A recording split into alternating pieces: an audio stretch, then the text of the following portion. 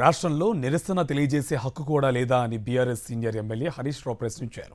తెలంగాణ తల్లి విగ్రహ రూపకల్పనపై చర్చ జరుగుతుంటే సభలో పాల్గొనకుండా రాజకీయం చేయడం సరికాదన్నారు మంత్రి శ్రీధర్ బాబు. తెలంగాణ తల్లి విగ్రహ ఆవిష్కరణపై చర్చ సమయంలో ప్రతిపక్ష బీఆర్ఎస్ కూడా పాల్గొని ఉంటే బాగుండేదన్నారు సిపిఐ ఎమ్మెల్యే కూనంనేని సాంబశివరావు. మమ్మల్ని ఎందుకు ప్రధాన ప్రతిపక్షం లేకుండా ఎవరైనా శాసనసభ జరుపుతారండి? ఇదేమన్నా కొత్తనా? 20 ఏళ్ల నుంచి నేను ఎమ్మెల్యేగా ఉన్నాను. అనేక మార్లు ఇందిరా పార్క్ నుంచి, అంబేద్కర్ విగ్రహం నుంచి కరెంటు లేకపోతే కందిలు పట్టుకొని వచ్చాము, పంటలు ఎండిపోతే గడ్డి పట్టుకొని అసెంబ్లీకి వచ్చాము, ఖాళీ బిందెలతో అసెంబ్లీకి వచ్చారు.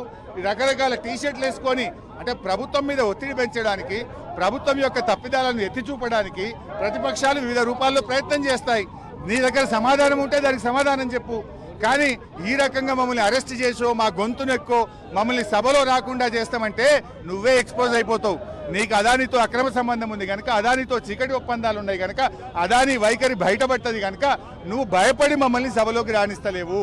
ఈ తెలంగాణ తల్లి రూపకల్పన విషయంలో మేము ఆశించాం అధ్యక్ష, ప్రధాన ప్రతిపక్ష పార్టీ ఉన్న టీఆర్ఎస్ సంబంధించిన వారి లీడర్ కానీ చారిత్రాత్మకమైన కార్యక్రమం మా ప్రభుత్వం చేపడుతున్న నేపథ్యంలో వారికి ఉన్న గొప్ప అనుభవాన్ని మా అందరితోని కూడా తల్లి విగ్రహ రూపకల్పనపై మరి 2 మాటలు చెప్తారని అనుకున్నాం అధ్యక్ష.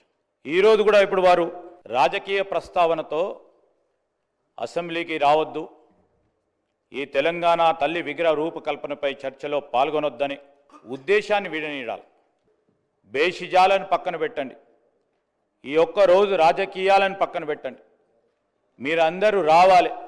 తెలంగాణ తల్లి విగ్రహ ఆవిష్కరణ సంబంధించి మిత్రులు టీఆర్ఎస్ అంటే ఇప్పుడు బీఆర్ఎస్ వారు కూడా ఉంటే బాగుండేదనేది నా అభిప్రాయం.